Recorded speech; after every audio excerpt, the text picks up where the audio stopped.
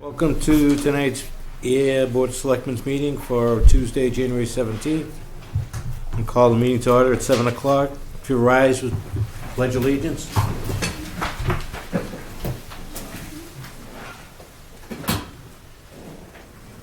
Pledge allegiance to the flag of the United States of America and to the republic for which it stands, one nation, under God, indivisible, with liberty and justice for all. Thank you. Okay, anything on the agenda to add? No Subtract? Nothing? No changes. I make a motion to approve the agenda. Second? All in favor? Aye. Okay. The warrant that was signed, there was a warrant signed on 1/9, warrant number 17-12, $1.164,110.02 that I signed. And the 11th, Golly? Yep. Oh, that's this one. It was issued the 9th. The payroll one was the, The payroll warrant, yeah, it's today. True. Third and fourth quarter tax bills have been mailed as of December 20th. Third quarter taxes are due Wednesday, February 1st. Fourth quarter taxes are due Monday, May 8th. Payments can be made by mail, in the office, online, or by leaving in the lockbox located outside Columbia Street entrance of Town Hall. The town clerk's office now accepts credit cards at a nominal fee, not like it was before. Dog tags for 2017 are available. Dog tags are for all canines.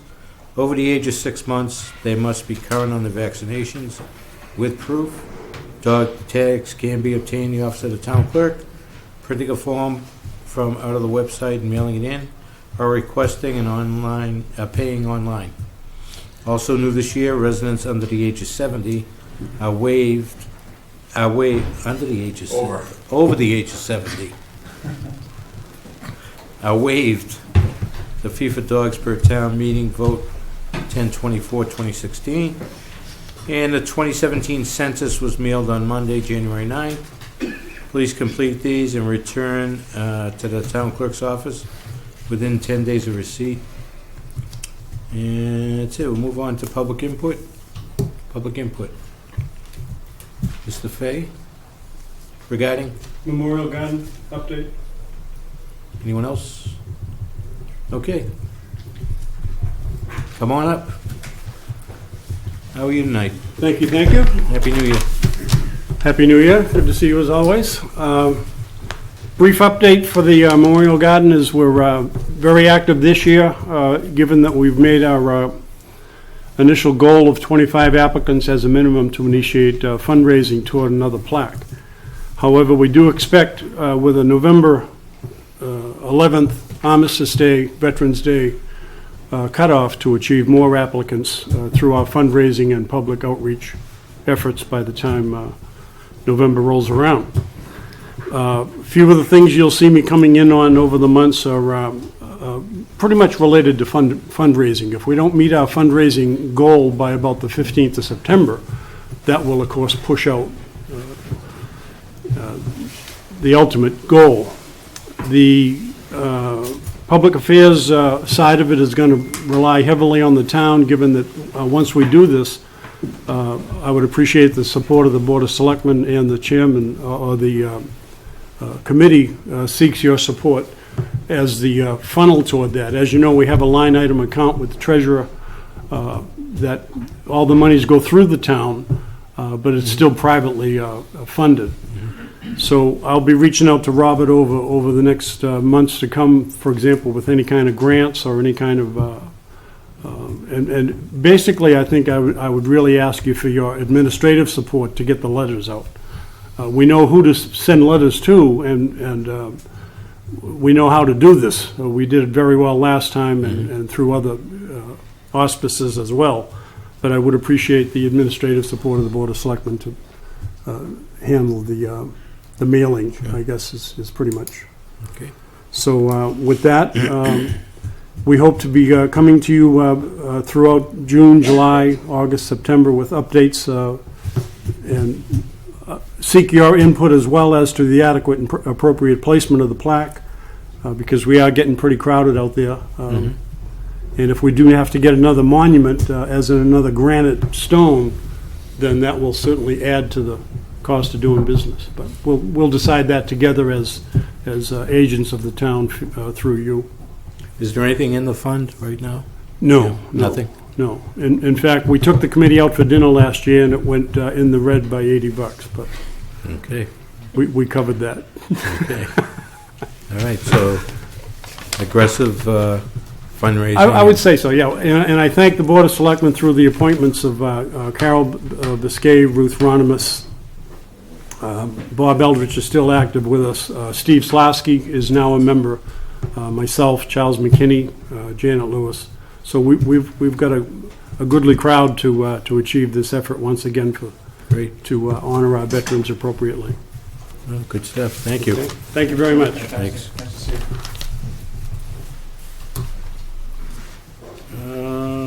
Mark, Superintendent.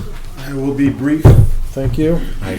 I have two orders of business. The first is execution of a change order for the East Main Street project. I think we already executed this and the USDA voided it because it had some stuff on it that they said weren't eligible, so we had to redo this. But it's primarily for some of the additional paving that we did, because what we originally planned for paving on East Main Street, given the excavation conditions, the condition of the trench, it wasn't going to be acceptable. So we added a little bit extra work. I think people notice that it's vastly improved. Yep. So this is an increase in the contract of $13,445.67, which brings the total contract price up to $1,238,259.45. And that's for, I have 3 copies for execution by the chair. Good. Make a motion to make a change order to the East Main Street and East Street for additional paving for the sum of $13,445.67 with the signature by the chairman. Second, any discussion? None? All in favor? Aye. Can you have these later? Yep. And the second item was, I've been kind of back and forth with Mass DOT, and I've kind of been working at the bottom on my way and working my way up the chain. As part of our Complete Streets work group, we've identified a critical need for sidewalk from the end of Park Street across from Tiny's down to the Shop and Save. There's a lot of pedestrian traffic down there. It's not a very wide shoulder, and it's a busy road. But Fitchburg Road is state highway, so it's not really our responsibility to build a sidewalk, and it's not really an easy sidewalk to build because the shoulder drops off quite a bit. So there'll have to be some filling and or retaining walls and things like that. So I've kind of been talking with MassDOT because they're planning to repave that road sometime in the next 2 construction seasons, and I said, well, you're going to put the sidewalk in, aren't you? And they go, well, we don't have the funding. So I don't know if you have a copy of the memo. I have a couple extra copies here. Basically, our Complete Streets policy says the policy will be carried out cooperatively within all departments in the town of Ayer with multi-jurisdictional cooperation to the greatest extent possible among private developers and state, regional, and federal agencies. So I guess what I wanted was to point out that this is an important project. I think I would say it was one of my top priorities. When I just like support of the board, because I may start at the top and work my way down instead of starting at the bottom and working my way up to make sure this gets done. You have any idea of costs? No idea. No. Okay. I haven't really looked at it to that level. And I haven't looked at the right-of-way because there may be some right-of-way or alignment issues and I things. have like an that. MPO meeting next week, and maybe I'll bring it up. All right. I can throw As far a as quick tailoring. cost together on Yeah. that, too, so. You can't hurt. The sidewalk ends at Tiny's, right? You're right at the Park Street intersection, Yeah. yeah. And their plan is to pave Park down Fitchburg Road? Yeah, it depends on funding, you know, they were gonna do it last year, and then I stopped them because I told them the gas company and Family Dollar were gonna be digging up the road, which surprised me, because they gave permits to them to do it. So I told them, hold off until we get all the work done, and then, I asked them this year, and they said, oh, we don't have it in our budget this year, so, he said maybe next year. I don't know if you did notice, so we worked with MassDOT, Pan Am, and the Air DPW, and fixed the railroad crossing out at the end of Fitchburg Road. That was Yeah. getting pretty unsafe. That was horrible. And, so I made some calls, and we put a team together. It came out really good. Good. All right. That's it? Yeah, I just wanted to, Yeah, great, whatever you need. okay, thank you. Thank you. Alicia? How are you tonight? Good, how are you guys? Good, Happy New Year. Happy New Year to you too. So, Lisa's been after me to get this ready to be switched over, and so I'm coming in front of you to ask for permission to change over at the end of March from having the grant fund, the Community Development Office, to program income. This is a process that we've done before. Alan and I will be in front of you in the next meeting or two to talk about what we're doing in community development. But Lisa really wanted to make sure this was in line, so I thought I'd bring it to you at this point. We did extend the grant, which is actually good because we wanted to do the paving on Pleasant Street in the spring, not in the fall. Right. Let it settle in, and I guess we've had some sinkholes over there, so that's probably a pretty good thing. And we're working on 7 units on housing rehab. They should be done by the end of March. We were budgeted for 5. I actually think we'll probably do 8 total in the end. But we are trying to get that done by March, even though the grant was extended to June. Okay. So, and we'll use up all the administration that we have in the grant available to us before we switch over to program income. Okay. So what do you need from us? Just a vote to do it. Vote to Um, make available extend FY15 funds? No, we didn't Make need a them vote on available for that. We program. already did that with Robert.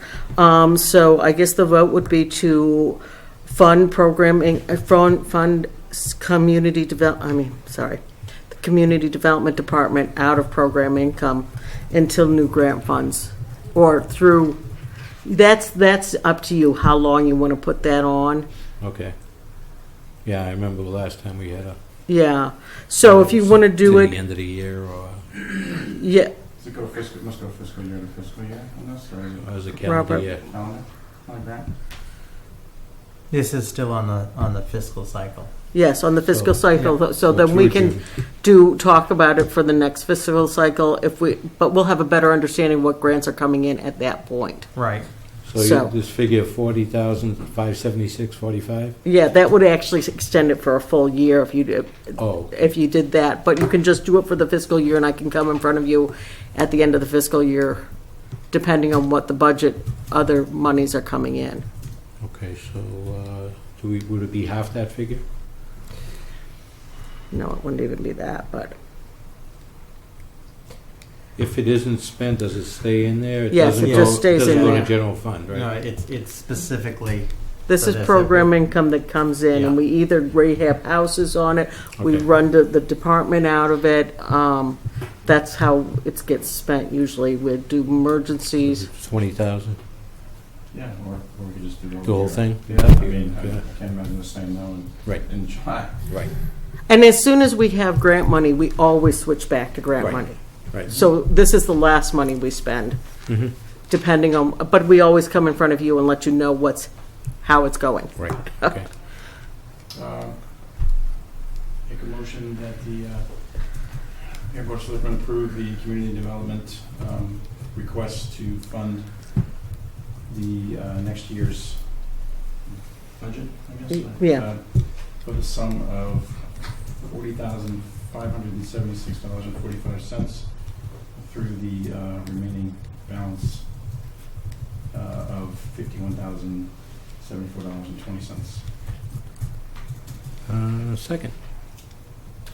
Any questions, No. Chris? Will that work for this year too? Or is that, okay, then I won't, sorry. Good? All right, all in favor? Aye. Aye. Thank you. And as I said, we'll be back with what's going on in community and economic development Okay. in the next couple meetings. Sounds good. So, Good to okay, see you. thank you.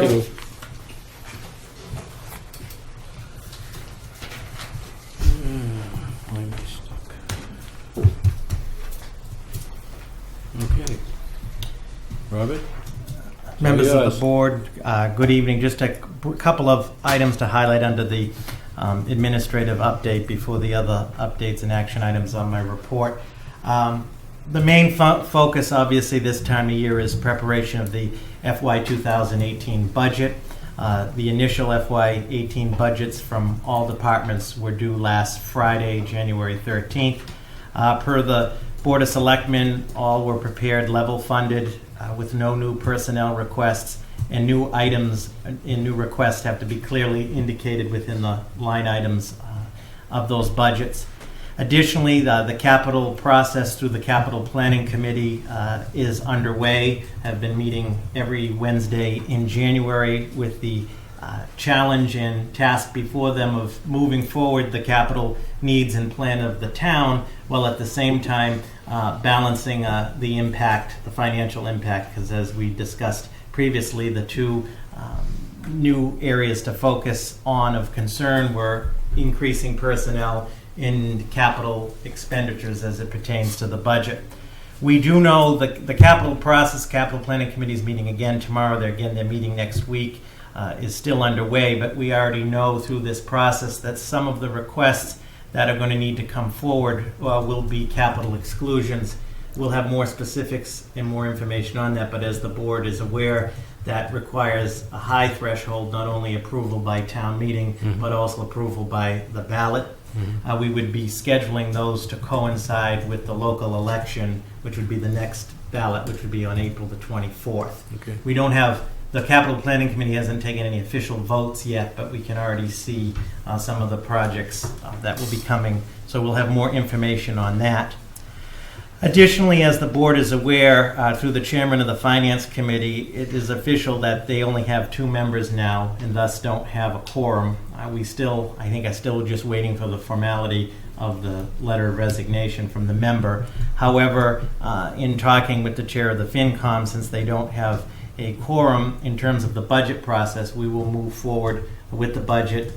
The town accountant and I will be meeting with all of the departments now that they've submitted those in.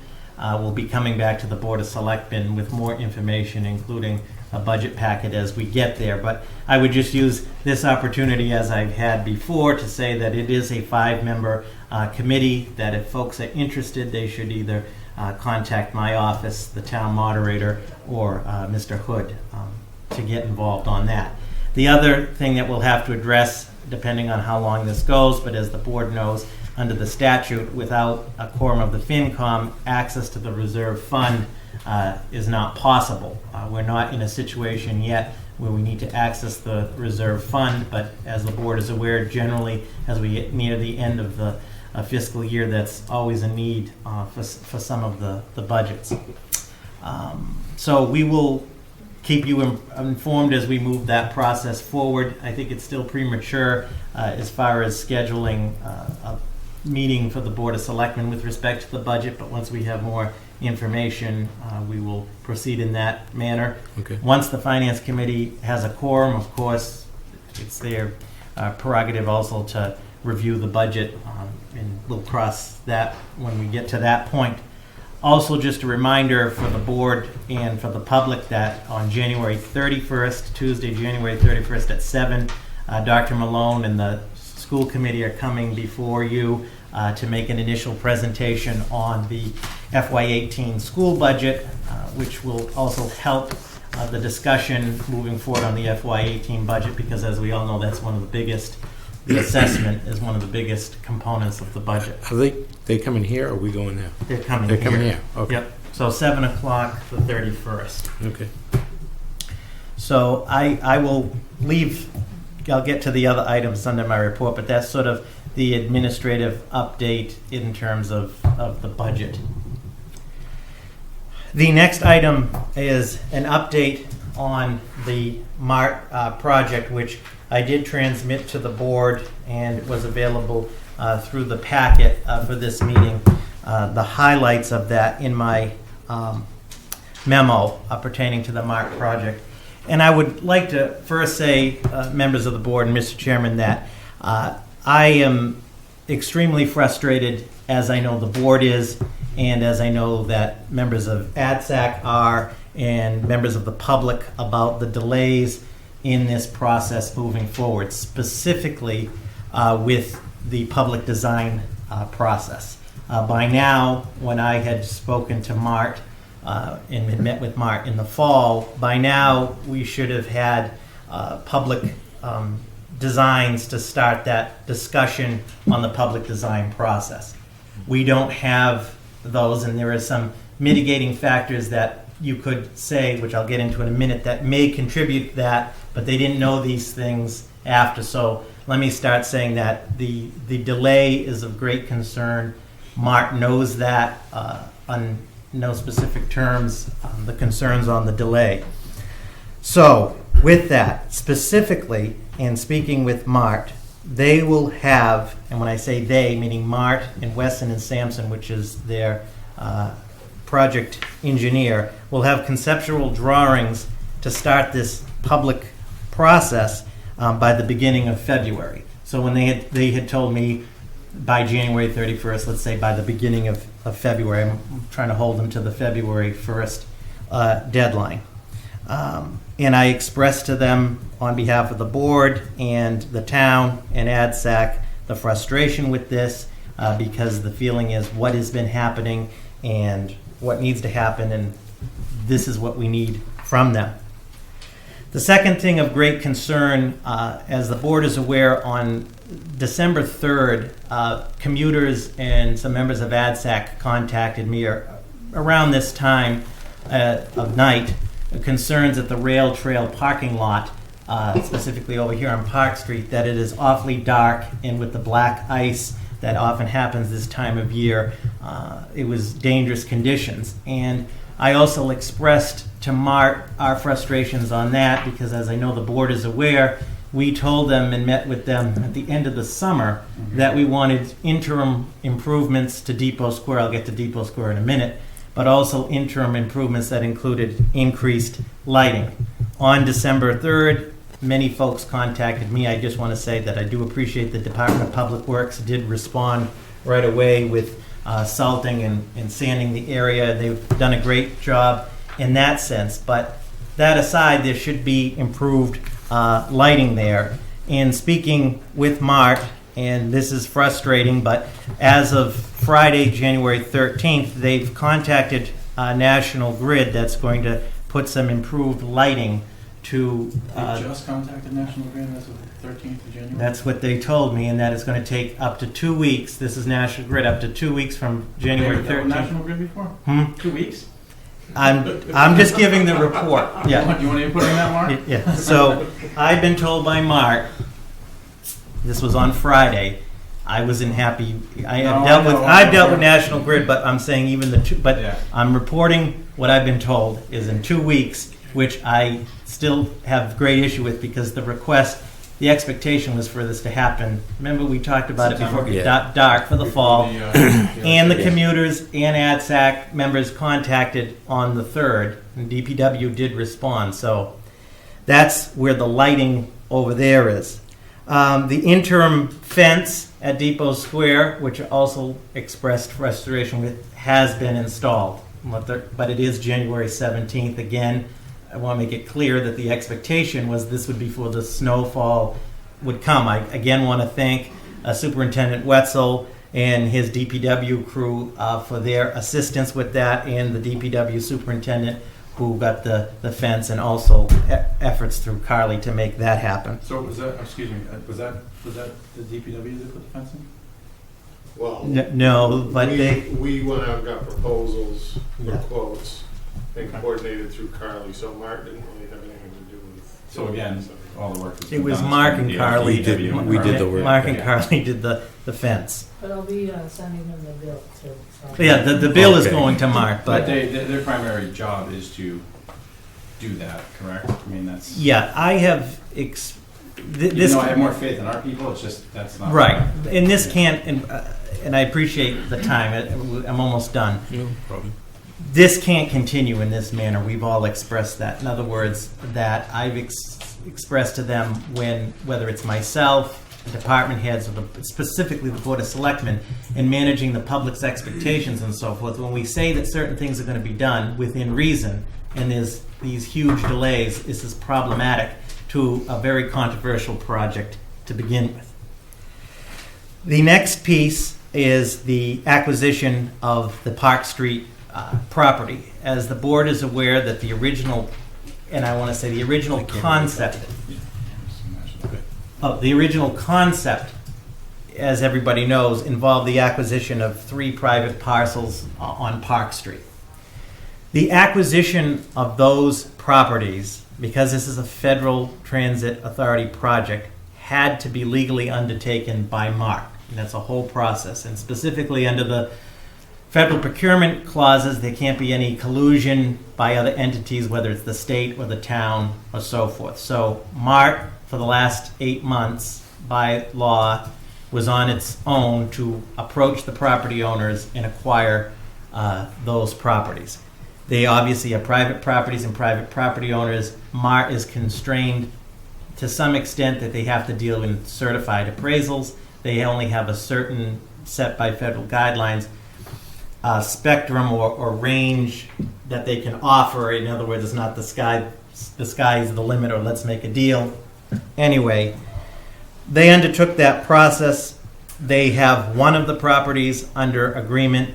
The other 2 properties, property owners will not sell based on the appraised value of the land, and these have to be certified appraisals, and based on the amount that Mark was willing and able to come up on the price under the federal guidelines.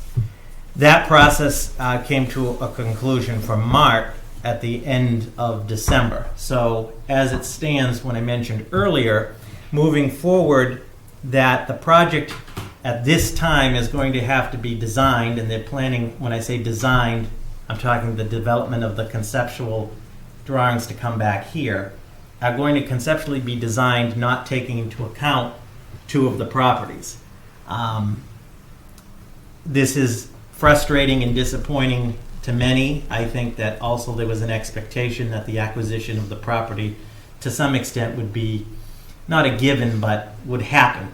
But where we're at now, they have one of them. They're going to move forward with the conceptual designs, taking that into account, the footprint they have, and that's where the property stands, this property situation on Park Street stands.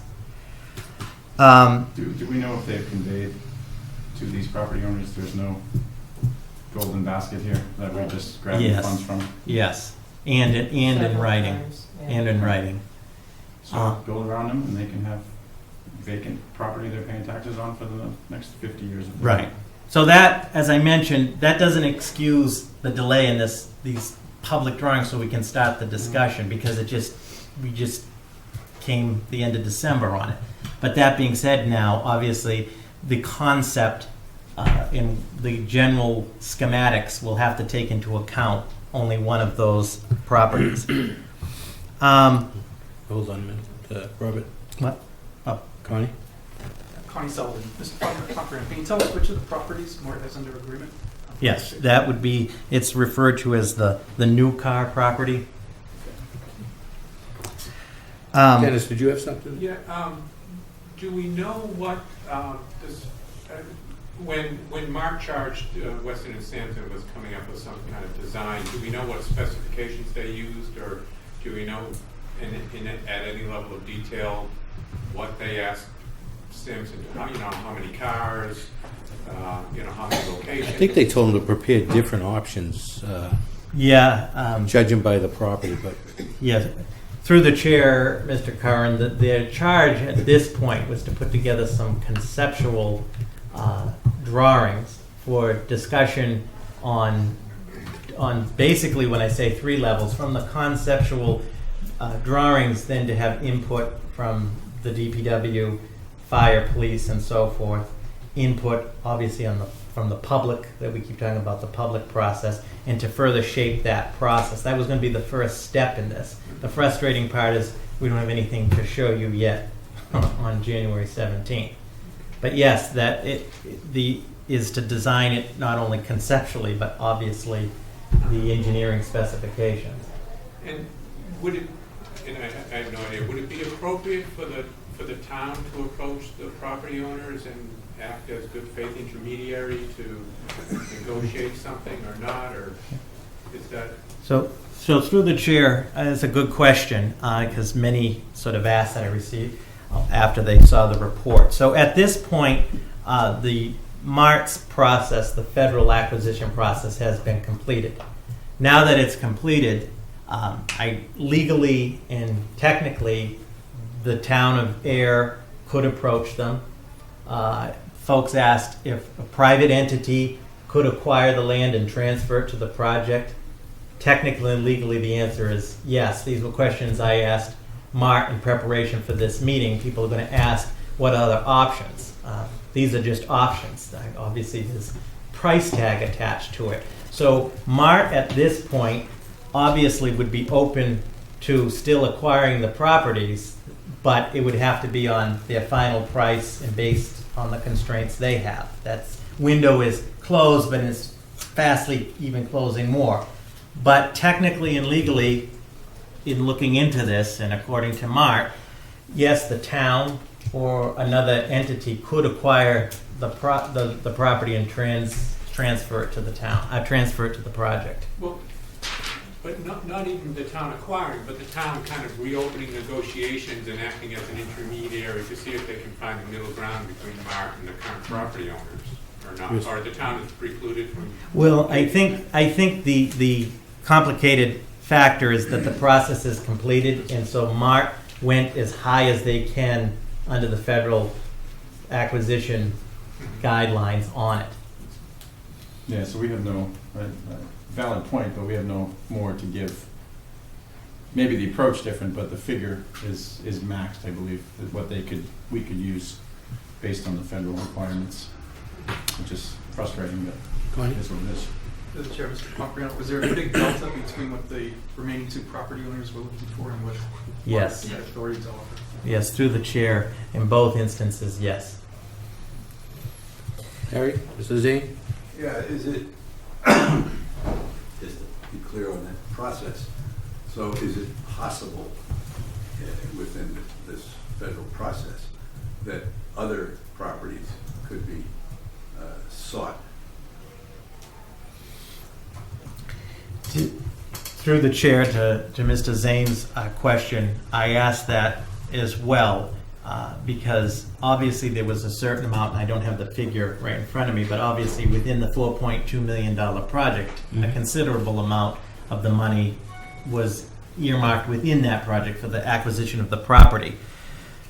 Other properties could be considered for acquisition, with the key piece being that they have to be part of this project and meet certain criteria. So Part of that permit, or just? yeah, overall? part of what is federally called the Air Commuter Rail Surface Improvement and Access Project. So technically and legally, yes.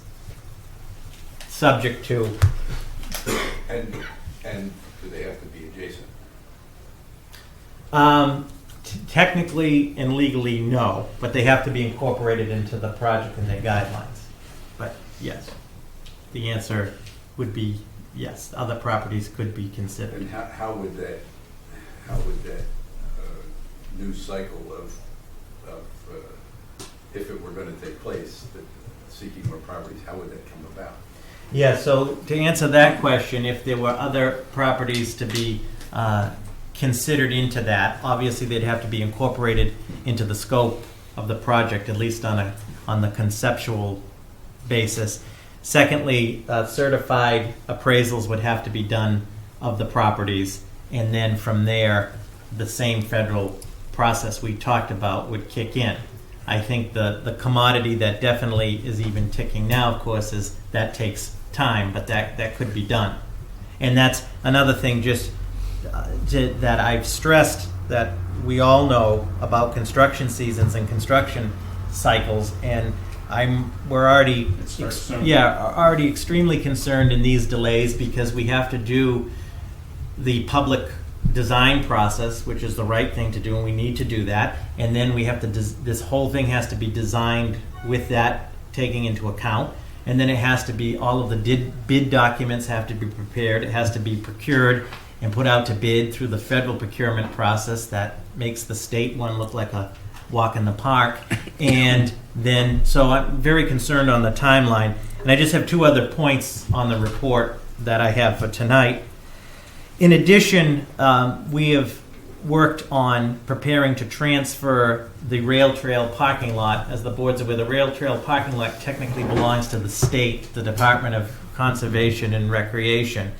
And this is a bright light, I guess, in the report, minus the fact that we don't have the light out there, is that the state has agreed to the transfer of the property. One of the only requests they have is that the project provide, and this is a positive thing for both commuters and the rail trail, is provide a bathroom facility. I'm just saying that conceptually we want to talk with ADSAC as well as the consultant and so forth once we get to this process as to where would that be located, what it would look like. But by providing that facility, they will transfer the land to the town for the project, which is a plus. Plus the facility is a positive for the commuters and the bicyclists. And I made it very clear, I took this liberty, I think the gentleman will agree, we made it very clear that MART is going to be responsible for the maintenance of that, or procuring a maintenance service. In other words, we do not want the Department of Public Work or the police and so forth to be responsible for it. That needs to fall under a contracted service with MART. But that transfer will move forward because originally, and that's, of course, dealing with the state, that was going to be a disaster initially, but there's progress on that. Lastly, in terms of Depot Square over here, the town hired, and we're required by law to do this, to hire a professional property relocation specialist to legally relocate the two tenants there. This statutory process will be concluded by May 1st at the latest. The gentleman that we hired is perhaps the best in the field. He has offered to meet with the board if you'd like at a future date to explain the process of what have you. Be happy to come out. But that process is underway in relocating the tenants at Clarify that the relocation will happen by the May 1st? Yes. Okay, so the building will be... Yes, so to add to that, because the board, on the demolition of the building, I said to Mart that the relocation will be done by May 1st. Maybe sooner, but by May 1st. That they needed to tee up the demolition of the building, so once they're out, that can move forward in a timely manner. They were originally going to include the demo and the whole scope of the project through the bidding. They can do that as a separate bid under the project so that it can get done, because that still leaves, frankly, I think, some more room for further discussion with our folks and the residents of Ayer and the public as to what that's going to look like. I know that Alan started a public charrette thing in the fall on that. Some other people have some ideas, but at this point, obviously, it's all in steps. We have to relocate the tenants, and demolish the building. So we're in the process of teeing that up. And to a certain extent, Mark can afford to pay for some aesthetics there, Yes. where the building is going. Yeah, yeah. And I think that's going to require, again, more input from the public when we get to that point, because we don't want it to just be an asphalt. What is the best look of that? But it's teeing all that up. And I should mention today, our people, Mark, the chief, Carly, met down there as far as putting together, in addition to the interim fence that's down there, the parking plan during the interim process. Again, We're our gonna- people. Yeah, the police, they're going to begin, because commuters can't be parking, we're talking on the Depot Square side. Pleasant Street, there's been people. Chief is parked going to there. start the enforcement. Our DPW is going to provide some signage, so there'll be some, again, interim improvements. Again, and I appreciate our town's folks that are doing this. Project's going to pay for it, but our people are doing it.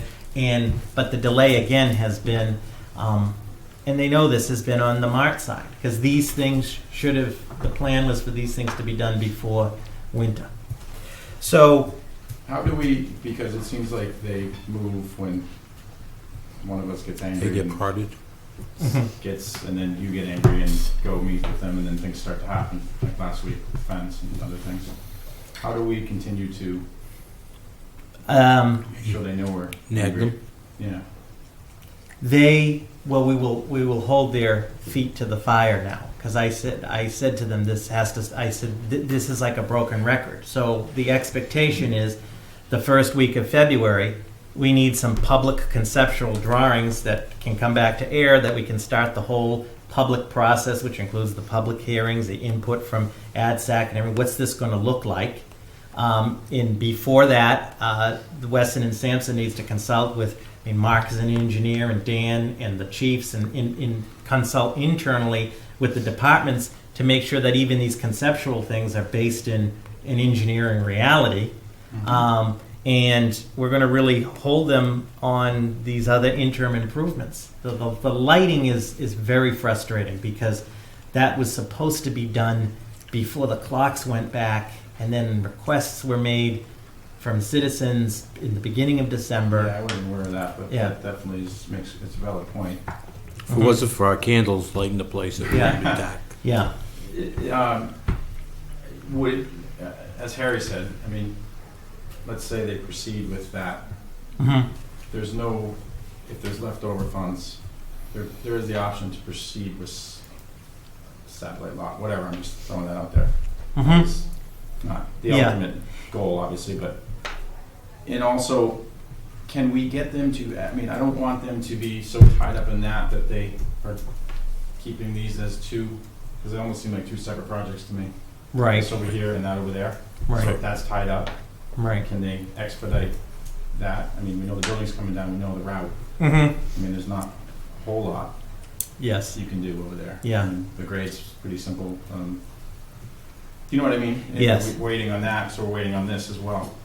And to that point, one of the things I keep stressing to them, and it originally came from Superintendent Wetzel and so forth, is that we need, no pun intended, because I know they're in the bus business as well, but we need this bus to be driven, this project to be specifically driven, like when I say all of the MARC projects, is that these benchmarks need to be met, and there needs to be some more organization to it.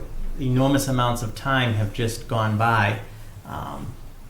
People have complained to me about MART, but the reality is it's a Federal Transit Authority project, and MART is the Regional Transit Authority, and I'm not casting judgment either way on MART, but MART's the project manager, whether we like it or not. I told them then they need to start being the project manager, and we've got to get this thing moving forward.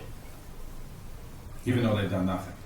Well, I wouldn't say they've done nothing, but there've been great delays. They've done stuff, but it needs to really move. There needs to be a sense of urgency. Mm-hmm. And I'm not saying to rush it, because I think where it needs to, the due diligence needs to be done is in the public process and so forth, so that this project is ultimately not only works, but is what the people want, engineering-wise, aesthetic-wise, and improvement-wise. Harry? And Dennis? Could you just review again, what leverage does the town have what leverage do you have to get this moving, get these properties, decided, get other efforts moving?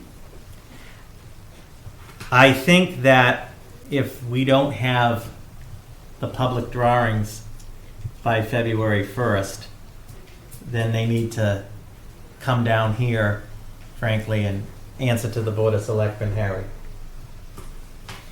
I'm not trying to, I'm just saying that we have, We just scheduled first meeting in February. yeah.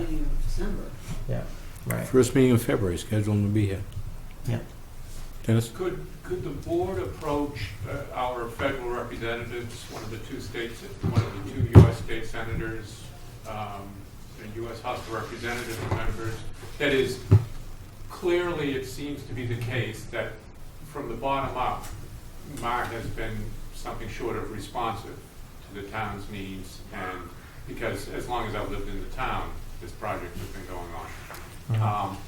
Yeah, a lot of it isn't their fault either. What's I mean, that? a lot of it isn't their No, fault. I too. understand. Yeah. But if we're expecting them to drive the bus, and it seems to be the case that the bus isn't being driven, then the owner of the bus company should be telling them to drive the bus. That is, we approached the U.S. Senator.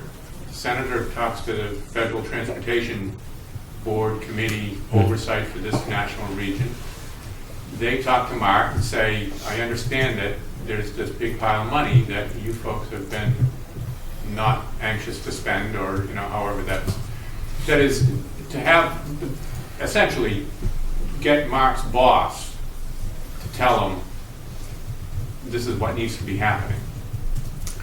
In theory, I think that sounds great, but I think when we initially started this process, I would say after securing the grant, our outreach to the state representative was responded to, but Yeah, the not federal, as, you mean? Federal Yeah. was not as involved as it was initially, and the most action we got was out of our local representation, pushing for all the actions that we've taken. But Connie? Mr. Chair, quite frankly, Mark could not move until the town acquired access You're correct. to the train station. So that was one big impediment Yeah. to Mark not moving forward faster than they had. Right. That was May, though. Well, Yeah, I'm about by July, let's say by we'll July say by the 1st. fiscal year, July Now that 1st. access has been acquired through eminent domain, even if they were to try to do some kind of conceptual plan of the Park Street parking lot where the rail trail is, there's still going to be a deficit in the amount of parking spots that they're looking to create. The hybrid solution, which the town approved at a charrette and different town meeting votes, incorporated 3 lots over on Central Ave across from the Shovel Club. At one point, we had one of those under agreement. And if Mart hasn't even done appraisals of those properties to approach those property owners about a purchase, are we falling short on one of the pieces of the puzzle that needs to be put into place before Mart can move forward? I don't know how. No, I don't know how much there are available funds to purchase So those other lots. So one of the things in this discussion, which I asked Mark, and all along, and some members of AdSec have religiously reminded me, and Mark has this, as does Weston and Sampson. They have all of the hybrid lot materials, everything from the charrette and so forth. And I know that Weston and Sampson was going to look at that. Again, something I had hoped to have seen in this initial conceptual discussion. I know that the superintendent, we have a parking study that's underway. I know in talking to those gentlemen, I gave them copies of the hybrid concept. I know that Mart has said that, again, as long as the land is incorporated into the project and meets certain guidelines, it could be done. I think the challenging piece, Mr. Sullivan, as you mentioned, it's sort of like a puzzle in this sense that the problem now is with the hybrid concept is a financial problem that would ultimately be up to the people. We'd have to ask Mark what's remaining, but the Board of Selectmen in town meeting, as you know, has spent close to $500,000 to save the project in making the access happen. The acquisition of that land, again, would be subject to the federal requirements, and again, what would be that cost figure, I guess, is what I don't know the answer to that. But one of the things, lastly, that I've brought up to them also is that when we get to the point, whatever that may be, when the construction on the project begins, what is the interim solution during construction for parking? And I know that the hybrid proposal, for example, that's how it would sort of evolve, is you'd have this lot, construction and so forth. So that still needs to be all worked out. But I know that I think I don't want to say the limiting factor, but the challenge is going to be the funds. Well, if Mart has not had any success in acquiring 2 of the parcels on Park Street that they otherwise hoped that they would have, does that not free up funds to approach property owners over on Central Ave? I mean, of those 3 lots No, on that's Central Ave, yep. one is, I think, 14 feet deep and 100 feet wide along the sidewalk. Another one is landlocked, and then there's one buildable lot next to the post office. Yep. Which has a huge slope next to it. Right. So it's going to be, There hasn't been anything it's going to be built there minimal. anyway. Right. But I think that the takeaway, and I agree with you through the chair, is that obviously if they've acquired one of the 3, then how much is freed up? Right. And how much does that look at? That would need to be looked at. And you go from, an attempt to acquire developed parcels on Park Street to 3 undeveloped and perhaps undevelopable lots over on Central Ave. Right. So there's certainly I think there may be sufficient funds to just transfer the focus over to Central Ave. How does that affect the access, though? I mean, now you're over here. You don't have access through any of Mr. Barry's property. I mean, that's quite a bit of a trek to See, get before, to the station. and not to, in the interest of the time, not Yeah, to get sure. off the tangent, but as everybody knows, so originally the concept was that the town was going to acquire the Central Ave land, acquire it, and Mart, using the project funds, which was an acceptable use, was going to pave it and improve the lot. Then during construction, it would serve as the interim parking. Granted, the access issue has always come up. Yeah. What's changed in that whole scenario when I said that the town was going to acquire it, as you know, there was the 3-year standoff that led in the eminent domain, and $500,000 the town has spent on acquiring that access. But the question that Mr. Sullivan brought up that I think we can at least appreciate is what, if anything, can Mart do with those available funds No, I agree. to look at I mean, it? You have those funds, and I wonder if it makes sense for someone from the town herself to speak with the property owners and explain to them that maybe they just think they're being business people and they're leveraging the process, but once Yeah, it goes. So it's gone. Right. So your options are what? To wait for those buildings to fall down? Yeah. They're both for sale, or at least one of them is. Well, I think, Yeah. I think part of that's part of the process, and it was to Right, put I- a sale sign up in front of his immediate. No, I think facility. Selectman Hillman, the takeaway is that the public project is going to move forward and have to design itself Regardless of, around that land, right? and as Mr. Sullivan said, if we pursued another avenue with the extra money, there's no going back, let's say, at the beginning of construction, design it so you can possibly have those parcels at a future date. If you take that money, that's it, there's no money. So there's no going back Right, to those parcels, right. and it can be built around. You don't want to, but I'm just wondering if that might be something to discuss with the representation of the landowners. Because Mark sometimes, I don't know who's doing the negotiating there, if it's Mohammed and George, but I hope not. So, in order to move this forward to the board, I think your next meeting is on February, is it 7th? With the read. February 7th. Having Mark come out here, so in terms of, let's call it the agenda when they're here, just so we're all on the same page when they're here. Mhm. And of course, through the chair and through the board, you'd open it up at your discretion to any public input, of course, but we'd ask them to come on the 7th to at least present, and we'll use a lowercase p, present at least what they have as conceptual Yeah. drawings, with the caveat that that isn't substituting the public process. But the first thing is have them come down here, and if they don't have the drawings on the 7th, Right. well, Don't come. Oh, and, no. So that's the first thing. It would be that. and have your questions ready. The second thing I think what would be helpful for Mart, assuming we have that, is have them prepare a schedule to discuss. In other words, I've sort of discussed tonight, from my vantage point, sort of the next steps, but they'll have the design to sort of discuss the schedule of the public design process. Okay. And then thirdly would be an update on the interim, what I call the interim improvements.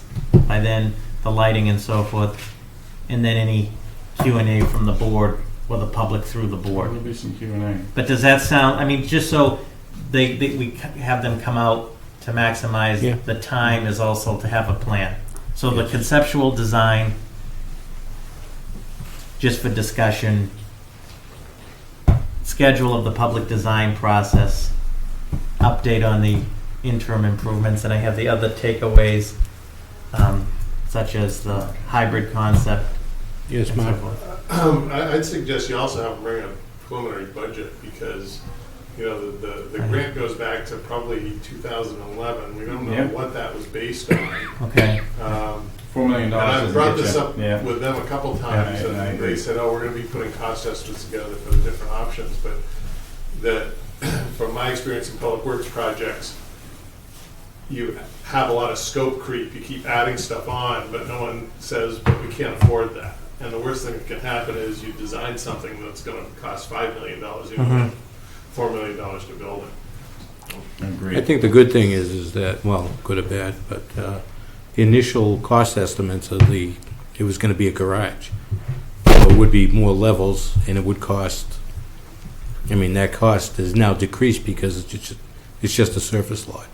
So it may still come in, but having a budget from them would be a good thing.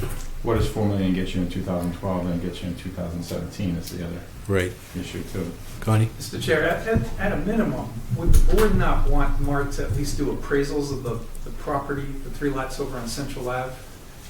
So that's not, I mean, so that's done, and that leaves open the options for them to come up with different concept plans? We'll have to see if they can do that. Robert? Okay. I don't know, do you know definitely if it's part of the scope of the work? I can find out. Yeah. Appraisals on Central Ave, Yeah. no, not at this point. Yeah. I mean, but we can ask to. Yeah. Yeah, we'd have to see if they, I will but right now ask. they're not, Connie, not part of it. Harry? I guess I don't understand. It has been said all along, and I believe this is in writing, that the town has to approve what Mart does. Right. So That's why is it even a question, why we can't ask them to look at these other locations? Well, if the federal grant doesn't cover it, then we don't have any say. Why wouldn't it cover it? well. It might be site-specific, too, I don't know. That's what I'm going to find out. So the first question from Art in the morning is, would that, it goes back to the point I said when they said other lands could be incorporated, can that be incorporated into the project? That's a question from Art.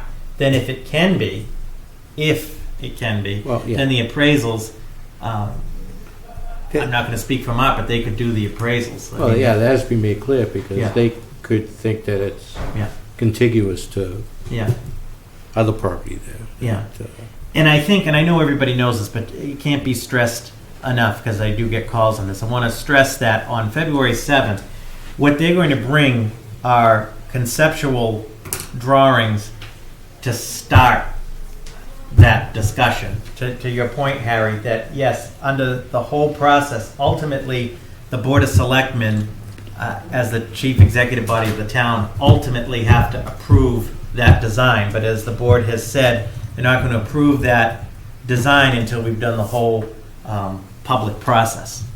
Great. So this would be the starting point of that process, which the expectation was that this would have been back in November. Right. It's going to be now February. Right. So. But, Yeah. but if the board says what they give us is unacceptable, Mm-hmm. and they haven't gone and investigated these other properties as Mhm. possibilities, then it seems like a catch-22. Mm-hmm. We're either gonna have to find out if that money's site-specific or can be used elsewhere. Well, just because let's say we acquire those properties, it could be $2 million to develop them. I mean, we don't know that. I mean, it's easy to say let's acquire them, but retaining walls, drainage, lighting, curb cuts. I mean, there's a whole bunch of other things going on there, Clearing it. clearing it. So it I just don't understand why $4 million is only going to go so far. Mm-hmm. I mean, so, and I'm not willing as a taxpayer to pony out much more town money to make this hybrid lot or anything else work. I mean, we've done our part. So to end on this, so the five things then will be for the 7th. The Mark to come with the concept plans, a schedule of a proposed schedule of the public design process, an update on the interim improvements, and we'll keep people updated as they happen. A preliminary budget, preliminary budget, and the 5th thing I'm going to call the hybrid lot scenario, which specifically, so that's the 5th thing, which we'll find out right tomorrow, is the lots, eligibility for the project, and if they are, the appraisal. And it should be looked into, I think. Right, I mean, obviously, if it and falls prepared under it, on the 7th to at least give an initial report on that. Does that? but, yeah. And then, of course, through the chair, any public questions. Having dealt with this, at these meetings, that this grant is so entangled on what it encompasses, what it will pay for, what it won't pay for. It was maddening, I think, to some of us, where we thought we had very easy solutions, and it came back that it wasn't covered. Yeah, the only thing is that the money's not gonna go away because March started to spend on it already. Yeah, exactly. But the rate they're working, $4 million is going to get you half a guardrail No, I don't. Okay. by the time they spend it. But So that's the Mark update. thank you. Thank So, you. Thank you to the board and also to the public on that. The next item, through the chair, if there is an objection, I'd ask Mr. Charlie Schultz to come up to the table. So the third item is the classification of the building commissioner position. And as the board is aware, some time ago, we... Just interrupt for a second. I'm meeting with Triumph Oh, great. Thursday. I sent your info on last week. So great. Great. Fantastic. Cool. So, Okay. I'm respectfully recommending that the Board of Selectmen appoint Mr. Charles Schultz to the position of Building Commissioner effective January 18th, 2017, on a provisional basis, subject to the completion of the Building Commissioner's state examination within 1 year from the date of appointment. The Personnel Board approved the new job description for the position of Building Commissioner on December 7th, 2016, and you have that in your packet. And that job description was updated. A lot of work was put into that by Charlie and myself, and the Personnel Board approved that. The position of Building Commissioner will also be out of the collective bargaining agreement as well. So Thank the God. position is out of the union. Well,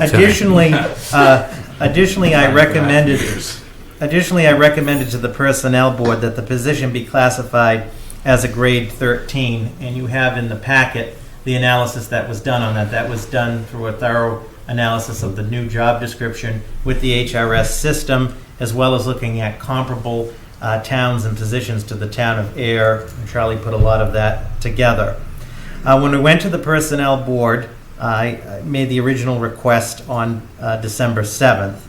They took it under advisement, and they met on January 4th and conducted the same exercise I did. And if you've been to one of the meetings through the three members, they do it through a consensus process. And interestingly, the Personnel Board, after their analysis, had the position at a grade 14 by 1 point over what I recommended. Usually I come in a little on the high side because I know the positions intimately, I guess, but they voted unanimously on January 4th to recommend a classification of grade 14. As the Board of Selectmen knows, it's their purview to recommend, the Personnel Board to recommend the grade, so that is their recommendation. Therefore, as I mentioned, I'm recommending the appointment on provisional basis, subject to the completion of the building commissioner's state examination within 1 year from the date of appointment, and this is allowed by statute. And Charlie found that out as well, so I appreciate that. And the position would be grade 14, step 1, with an annual salary of $76,441.68. It's more than $18.50 an hour. It's to make up for the past year and a half. Yeah, okay.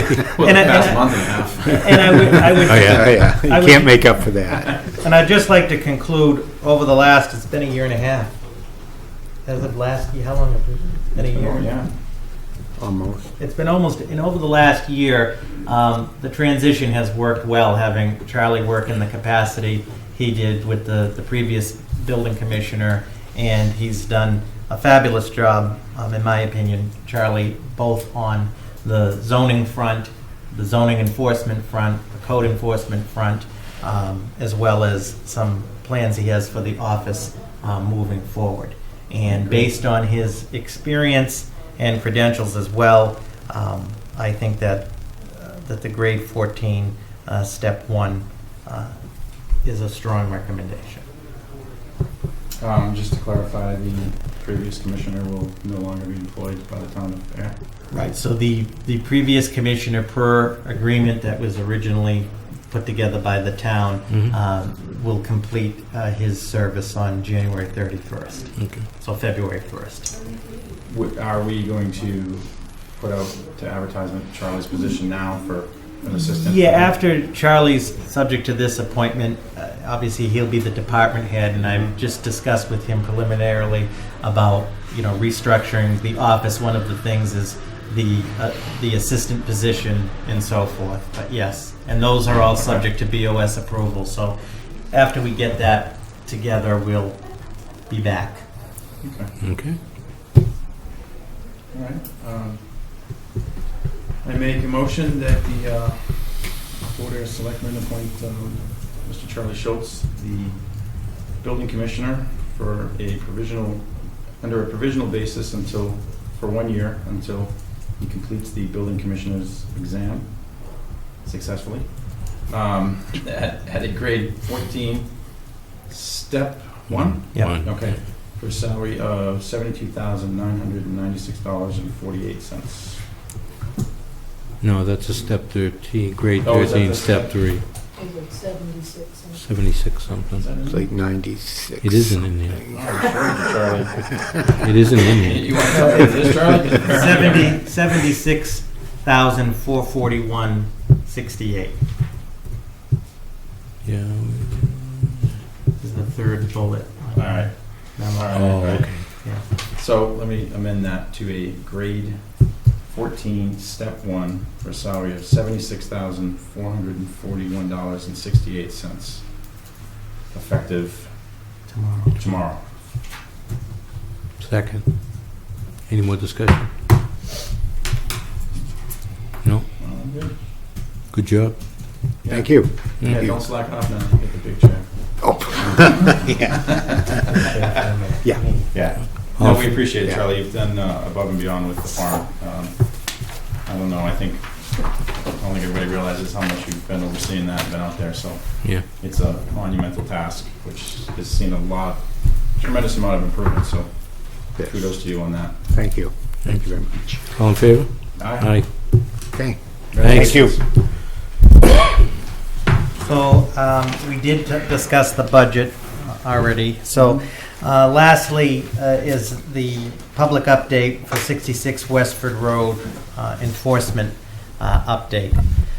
So, the extermination effort continues at 66 Westford Road. And as of today, as has been the case since the town has undertaken this, the rat infestation remains contained to 66 Westford Road. That obviously is the town's number one concern, has been from the beginning. It's, as I said at the last meeting, the first question and the last question that's asked every day of the extermination effort. At the recommendation of the exterminators and the health agent and the building commissioner last week, I did authorize another 2 to 3 weeks, we believe it'll be 3 weeks, another 3 weeks of full-time extermination efforts to get this not only contained but obviously eradicated. So it is extensive in scope, but again, as I continue to stress that it is contained to the property, our goal is to contain it and ultimately remove it, and progress is being made on that front. But as has been already discussed, it is extensive in nature, so it's going to take time on that. The town of Ayer and Mr. McNiff and his council were required by today to file a status report with the court. What that is a legal proceeding. I'm waiting for them to when I say them, town council, to transmit that final report to the town. That was requested by the judge, wanted at this benchmark a status report from both sides as it pertained to the remediation and abatement process. That report was put together by extensive work from Charlie and Bridget, as well as the exterminators, my office, as well as town council. That recommendation, the highlights of it as far as the status report, included what the town has been doing to date, which is the whole extermination, harborage removal, the estimated costs and real costs that we know to date, the additional recommendation of another 3 weeks of full-time extermination, some additional requests pertaining to some further remediation of some of the harborage sites on the property. We anticipate that in the next 2 to 3 weeks, the town will be going back to court for another hearing based on those status reports. But I will keep, obviously, the board updated. It will get the status report. We'll get the status report up. It is a public record that could be requested through the court, but we'll get that up as well. So in the interim, I should mention additionally that in terms of the public records request, formal requests were sent from the Board of Selectmen to the State Department of Agriculture, which has responded to the board that they are preparing those documents that were requested, and the town respectfully amended it to include all state inspectional reports from January 1st of 2011 to the present. In other words, the initial request was for all of the documents sort of leading up to November 28th. This amended it for everything over the last 5 years.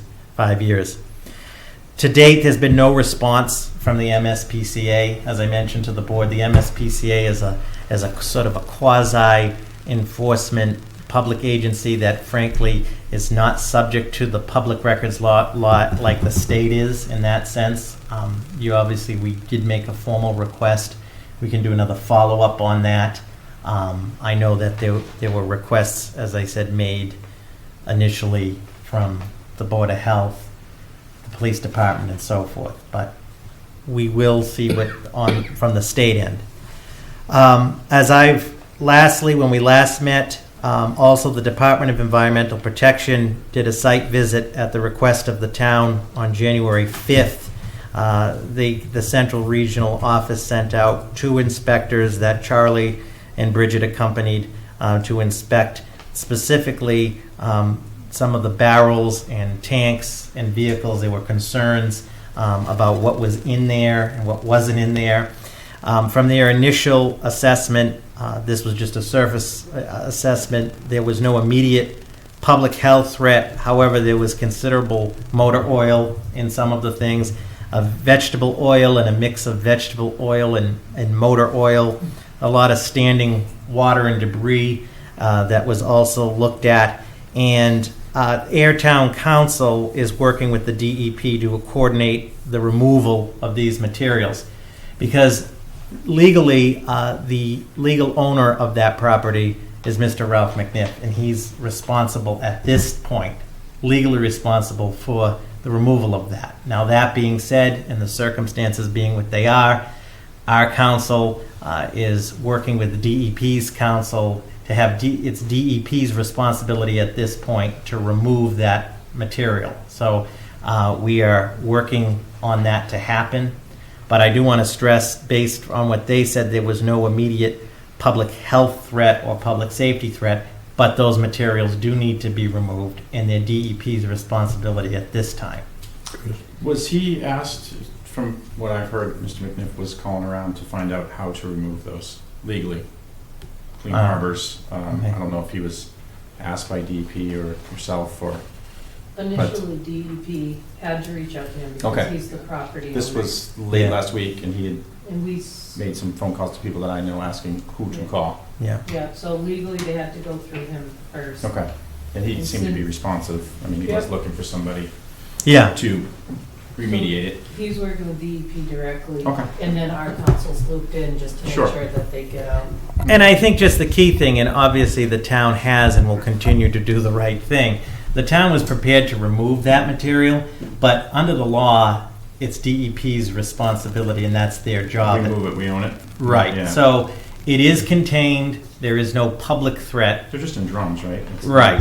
But that is being coordinated with the state to be removed, because as our council said, and I think I concur, that the taxpayers of Ayer shouldn't be burdened with that additional cost. So we will have an update once that happens. It'll be coordinated again through Charlie's office when it's removed. The final point is we will be going back to court. The issue remains, as I mentioned before, that all of the vehicles, unless the vehicles are removed by Mr. McNiff, as they are his property, the vehicles are not to be removed by the town, at least at this point. But that will be something that will be discussed. This was planned to be discussed at the next hearing as to what is going to happen with the vehicles. Do we know if they're registered or not? That also, Chief Murray in his department, as well as the assessor's office, are in the process of trying to look at that as well. I mean, there are some vehicles, frankly, that, Right. yeah.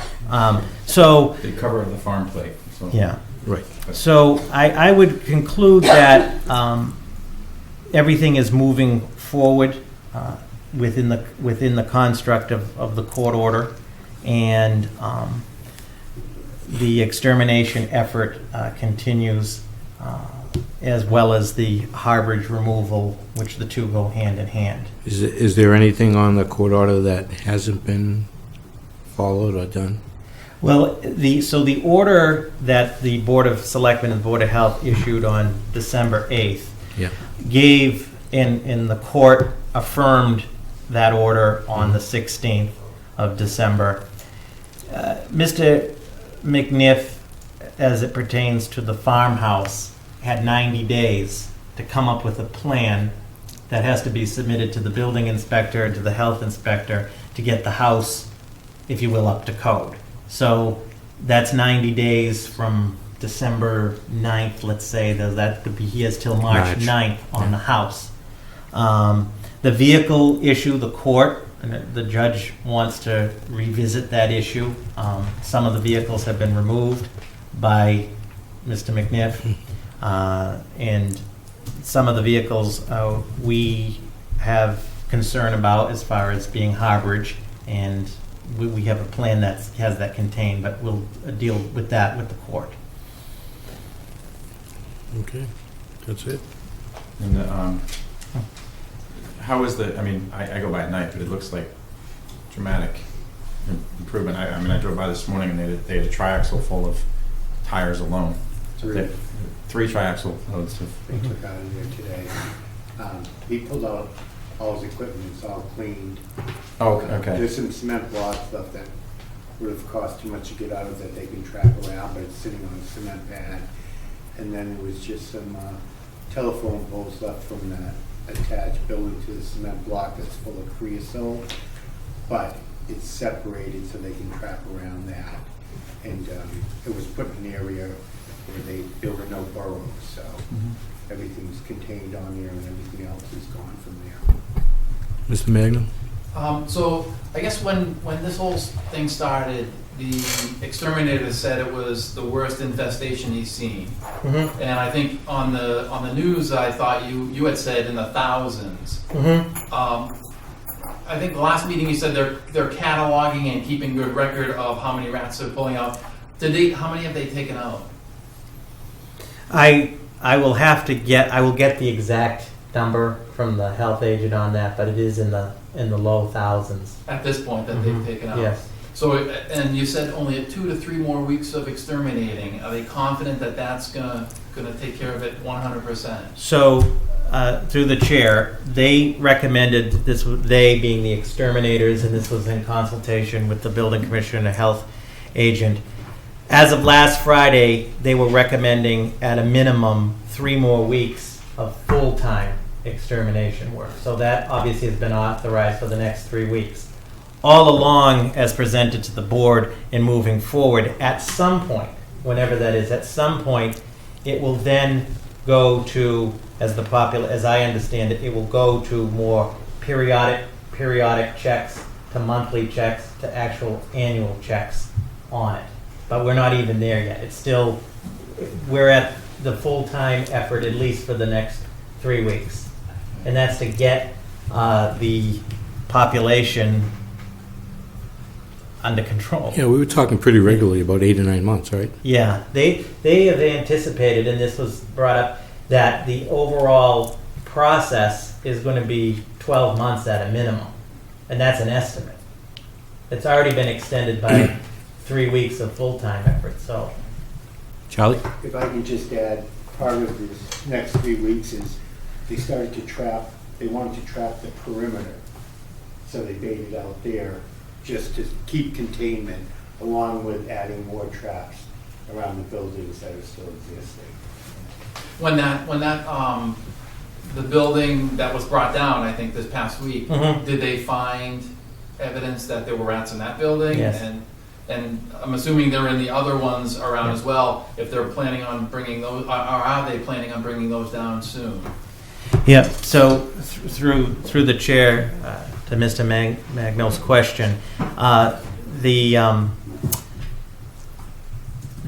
rat infestation is in all of the outbuildings. Again, I want to emphasize that all of the outbuildings are within the perimeter, so it's all contained.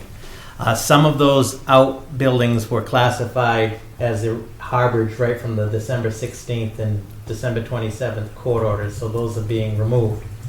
The barn that's located on Westford Road, we have recommended in the status report to the court It's harborage. that it will have to be demolished for 2 reasons. One is it is infested with rats. It is filled with harborage, including organic harborage.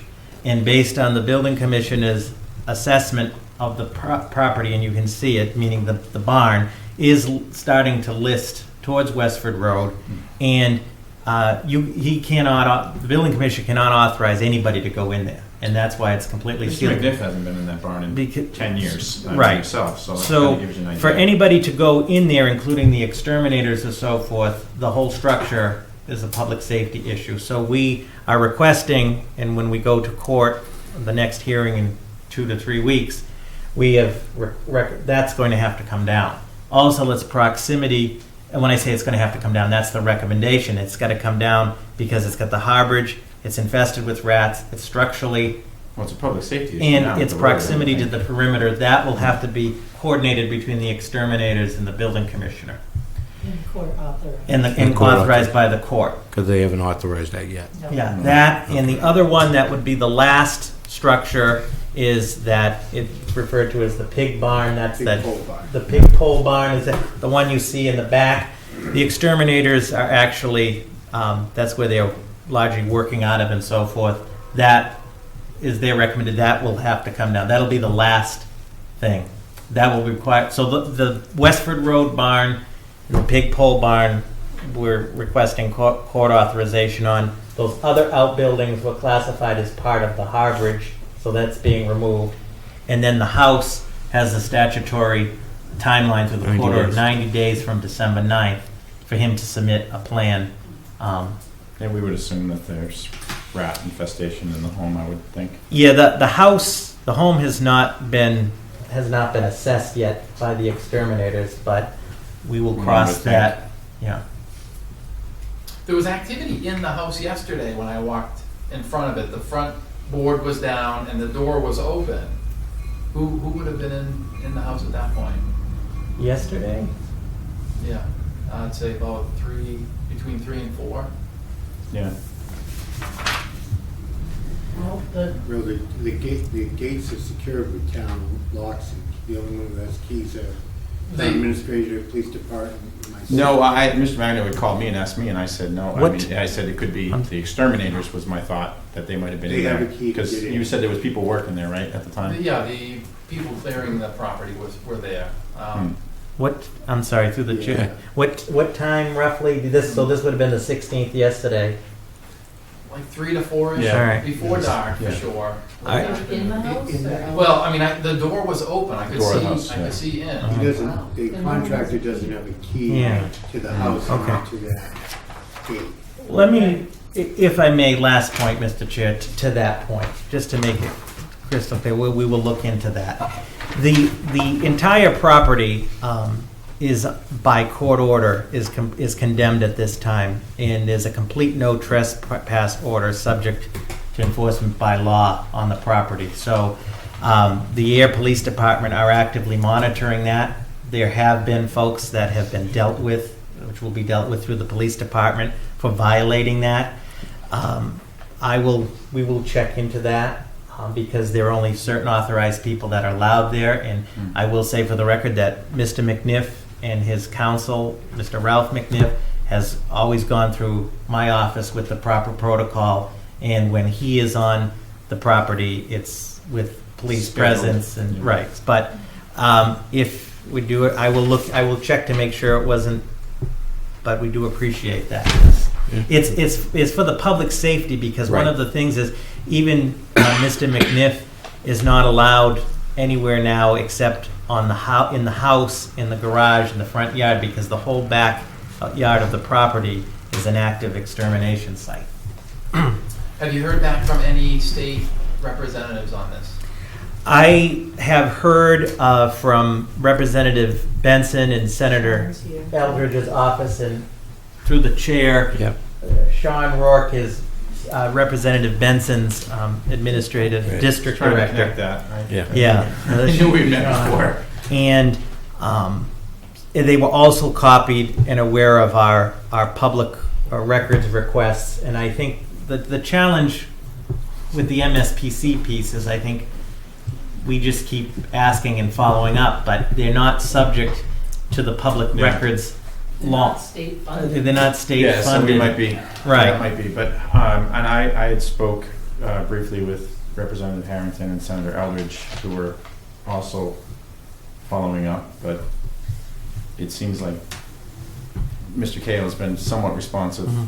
to several of you that have called and also stated that inspections didn't take place that should have because of funding, the usual Right. state bailout. Oh, it would have been nice if we knew a year and a half ago. Yeah, and I think the representatives have gotten that same answer as well. So has it not been 10 days since? It since has. we Oh, it requested has. It the- has. So aren't they in violation of the has. law? Wait, what? It hasn't, so we sent the letter out certified, it's with 10 business days within receipt of the letter. They got the letter January 9th, that would put us at like the 24th. So you gotta take out the weekends takeout Oh, right. yesterday for Martin Luther. We looked, Sean Rourke and I looked at that this afternoon. Okay. So they've actually fulfilled their part of the records request, saying we're compiling the information. That doesn't mean they can leave us hanging for months on end, but we've since then amended our request to include the past 5 years, not just the stuff leading up to the initial discovery. So, I know requests were made, but they weren't an official public records request until we made that. Right, I think that's an important- important delineation. Starting on the 28th We just figured of we'd have November, good requests direction. were made, is often standard procedure, if you will, from other departments of them, but they weren't formally in writing. So when we notified them and the delegation was officially. Right, Which makes so, sense, yeah. and based on Ms. Antonella's math, so they have till January 24. 24th. And if we had a reporter here tonight, but, you know. And when we get It's a those, Tuesday, so I mean, you never know, but we don't know if they got theirs. Once I get them, we'll transmit it to the Board of Selectmen. It was your request, but they're all public records. I don't think there would be any objection No, To- I mean, I think to everybody putting wants to them see 'em. up for the public. Right. And we'll see, and the other thing is, one of the sticky wickets of the public records law, as everybody knows, is just because there isn't a record, they're not compelled to create something. So let's see what Or we shred get. something. Yeah. The feedback I got from the delegation was that they would help us if they could.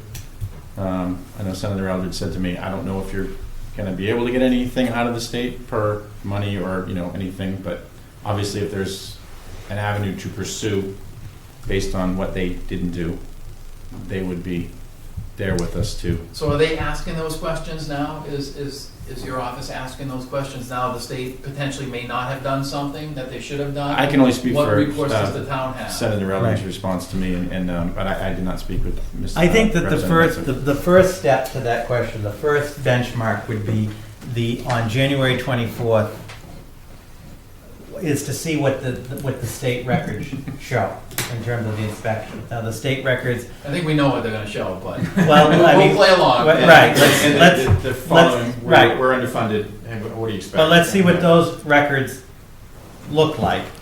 The other piece is, as I said to Representative Benson and to Senator Eldridge through the chair, is let us continue with our remediation and abatement efforts. I mean, we're keeping full accounting of this. The delegation is aware that the Department of Revenue did authorize the board's emergency request.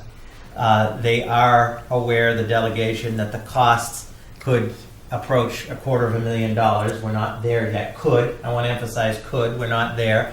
And that when we have all of that information, of course, I think the board, I know I would be interested in working with the delegation and even on any potential available, and that doesn't mean it's there, but any potential options to offset costs from the state. Of course, we would welcome that. So we definitely want to look at that.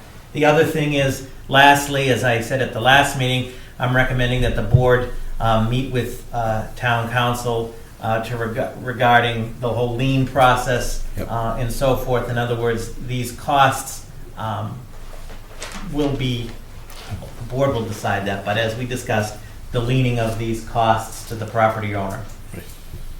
What is our cost right now? Like 2 weeks ago, we were at 107, I think you said. Where does it stand today? Yeah, it's still, it's at the last figure as of Friday, we're still doing the accounting, was about 107, but it's obviously increased from then. I don't have the specific yet, but we'll get another update on that.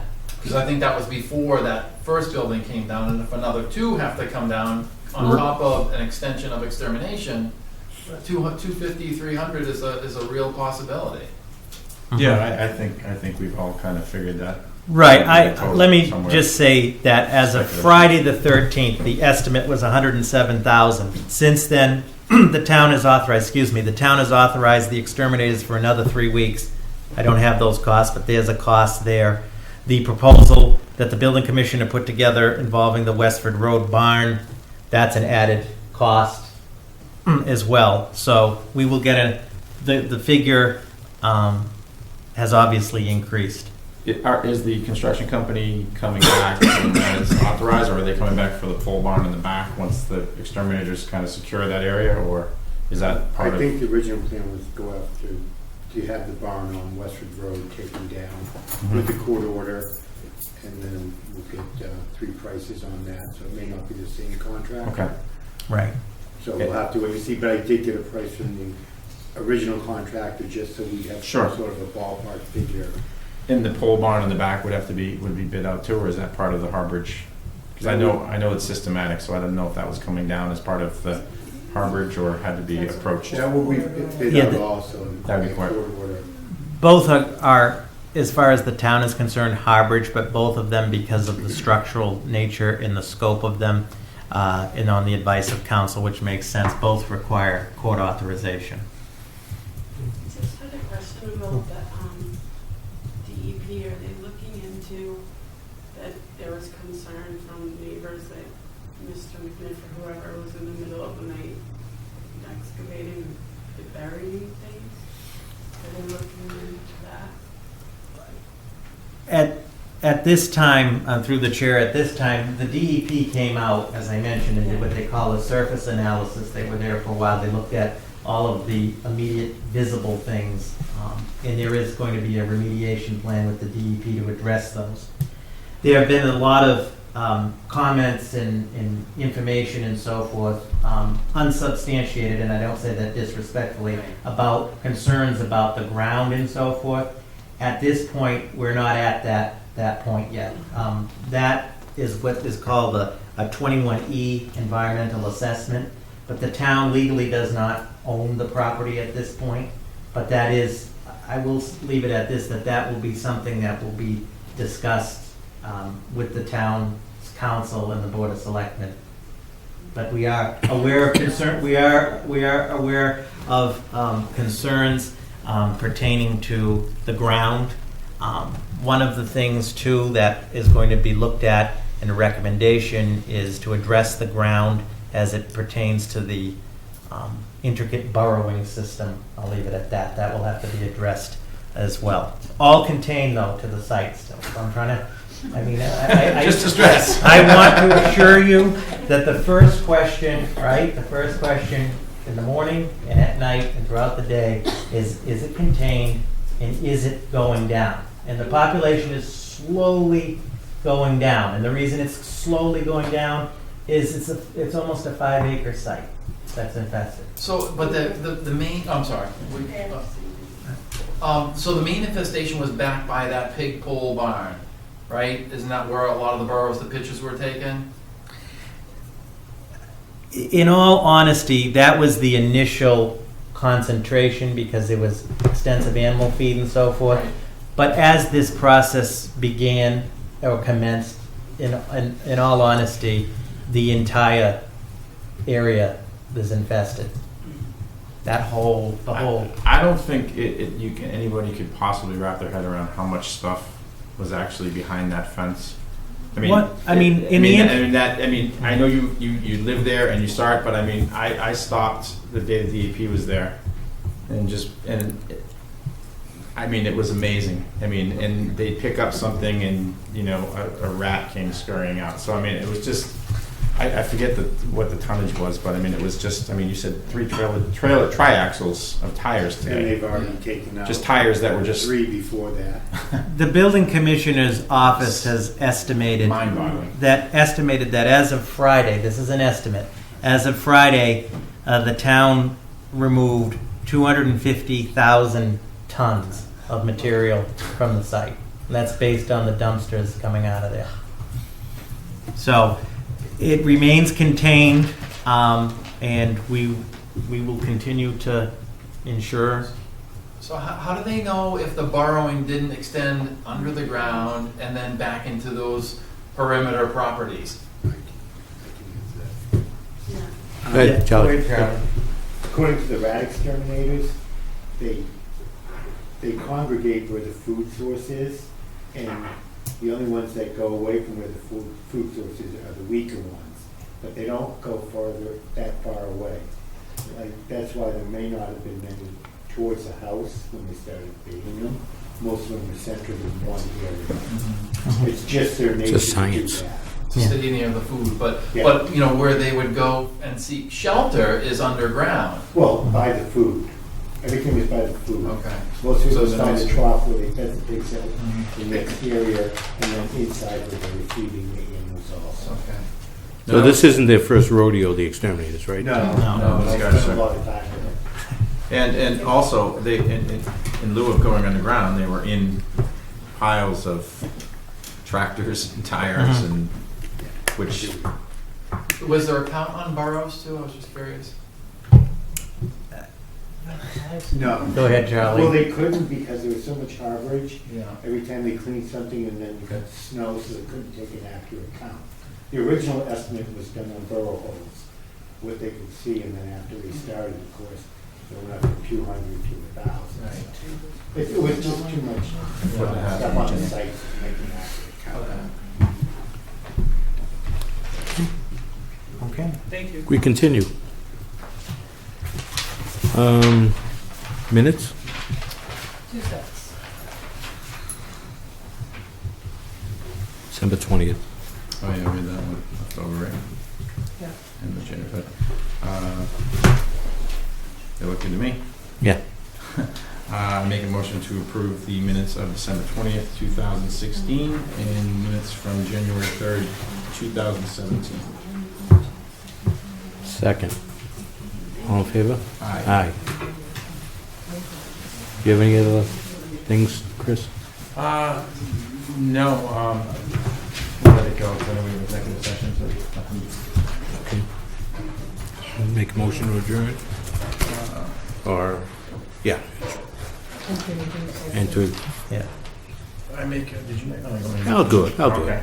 I haven't done much I tonight. wasn't sure if you said I make a motion I to adjourn or haven't done pass. much tonight. So. All right. Make a motion to move into executive session pursuant to Mass General Law 38, Section 21A, Exemption 3, collective bargaining, town hall clerical union contract negotiations. Second? And because discussing this in open session would be a detriment to our negotiations, and to adjourn out of executive Charlie, session. congratulations, thank you.